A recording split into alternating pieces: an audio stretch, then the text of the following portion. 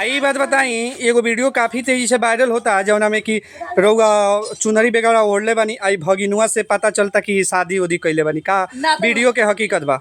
हकीकत ये बा जे देखी मीडिया ले निरोधिया मतलब माने हम वीडियो बनाओ तो ब्लॉगिंग करी ने आ रील बनाई। हां तो वो वीडियो बनाओ तो सब के हमरा गांव नंबर के लोग देखले बना सिनोरा में से सिंदूर अपना हाथे छुआई। हां और मीडिया वाली ओइ झोक में ओइ नीले हमरा पता ना रहे जे मीडिया वाली आवत नीले ठीक बा। हां अब वो नीले पे इतना कोनी लगी जे सिंदूर नाक पर से काहे लगल बनी को खाली चुनरी ओढ़ली।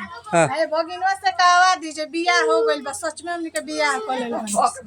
हां कॉमेडी टाइप के बनी भूत का रोलो के चैनल पर ग्रुप हो जाए ठीक बा। हमनी को ओइ जगह कोनी लो ओइ हमनी के कोनी। हां अब अपना तो सिंदूर तो पहले से मतलब पहले से वीडियो चुनरी ओढ़ के बनावत रहो। बाकी वानी तो खाली है भगिनव को दनी माने कोनी लो तो ये को दनी सिखावला में माने सिखावला में का माने कोनी लो जे चैनल पर मतलब जल्दी से तेजी हो जाई चैनल मोनेटाइजन हो जाई एंग बनावत नहीं वीडियो भागत होगत नहीं के व्यू तो हमू ना जानत रही जे मतलब डाल देम त आगे चल के बवाल करी। अब जब कोनी लोग हमू का कोनी चुनरी वनरी ओढ़ले ही रहनी लइकवा से कोनी बाबू इतना दिन से तो वीडियो डालते बानी चली ना रहो खाली कह दी मामी से बियाह कर देले बानी। अब उतने ही लइका कह देले बानी उतने खातिर दुनिया गलत समझ गइल बा। ई बात बताई कि मान ली कि ठीक बा रुआ लगी शादी नहीं की कैले लेकिन सुहाग रात के भी बात होता तो रुआ कहते हैं शादी भइल बा तो उहो मनी तो पूछले बानी लोग अपना मन से हमनी के नहीं की सकले उ कहता नहीं ले जे शादी जब कर ले बानी हमनी के खाली शादी के कहले बानी से ठीक बा। हां बाकी सुहाग रात के पूछले बानी जे शादी हो गइल बा तो सुहाग रात मन गइल बा त ई कहले बानी जे नहीं के मन पहले हमनी के लजाइल बानी से तो फिर दोबारा पूछले बालो कह ना बाबू जे हो तई कहले बानी जे हो शादी हो गइल बा तो सुहाग रात। आई बताई ई सब करे से पहले रुआ ई ख्याल ना आई सुने में आवता कि राउ दूगो लइका भी बा और पति बाहर कमानी तो रुआ अपना पति के इज्जत के ख्याल ना आई हुआ के इज्जत का तो ख्याल को के हम आज तक कभी अपना चैनल पर गलत वीडियो कोनो नहीं की डाले भले लेकिन रउआ अपना चैनल पर गलत वीडियो ना डालनी लेकिन पूरा दुनिया एबरा रउआ के गलत नजर से देखता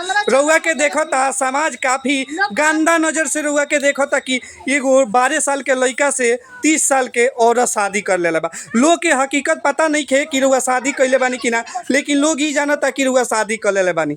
ई शादी हमनी के नहीं की सकले मीडिया वाली कोनी लोग यहां कोहम तो जल्दी रह चैनल भाग जाए। अब जानते बानी हम उतना पढ़ले लिखले नहीं कि सच बात बा हम ज्यादा पढ़ले लिखले नहीं कि अब जगह कोनी लोग हमरा जगह बुझाई हमरा बुझाई सोच के हमरे खातिर कहत नहीं हम जगह कोनी लोग हम को दनी। का नाम पड़ी तोहर? ऋषि कुमार। ही बताओ कि तोहरा के सिखौलक कि मामी के तू दुल्हा बन जा?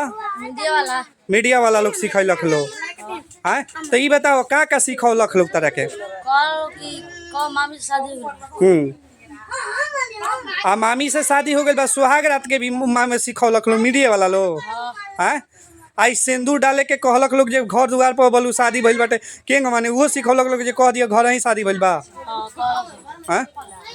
आई बताओ ई वीडियो मान के चलो कि का हकीकत बा शादी सही में कैले बाड़ तू? हमनी के शादी नहीं की सकले ई बताई भगिना बराबर लागे हम मामी लागे हम लोग भगिना के गोड़ पूजला ई रोल के विश्वास होता है जे हम भगिना से शादी करी। हां उम्र के भी काफी मतलब एगो माने उम्र के भी काफी अंतर बा और मतलब कितना उम्र होते? हमार उम्र कम से कम 30 तो जरूर होती। आ तोहर उम्र बाबू 12 साल कहीं से मैचिंग नहीं खे तब लोग गलत समझ गए बा जे सही के शादी कर लेले बा।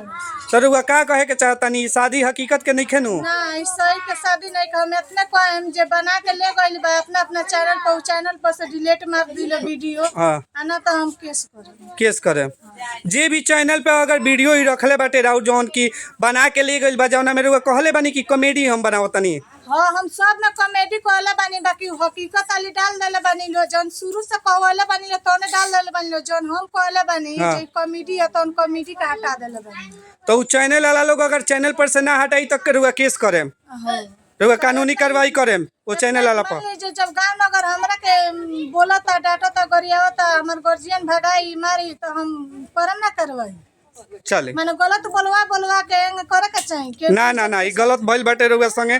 आ जे भी मीडिया वाला लोग बा अगर चैनल पर डाल ले बा वो लोग डिलीट कर दे हो, ताकि यहाँ के गांव समाज में इज्जत बरकरार रहो। गांव समाज में अभी का रउआ महसूस कर रहल बनी? गांव समाज के लोग के अभी तो बहुत लोग हमरा के ताना मारता है, बहुत लोग गरियावतो बा, बहुत लोग कहता है जे मतलब कहता लोग जे वीडियो कोनो ना डलाए, देखिए हमरा वीडियो में कोनो कमी नहीं के, ठीक बा।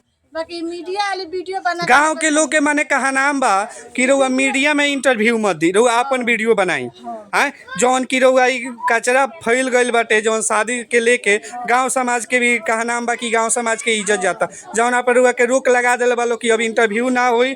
आ इहो कहले बालो कि जितना चैनल पर बा ऊपर डिलीट करवाए के। डिलीट करवा दी। चलिए बहुत बहुत धन्यवाद।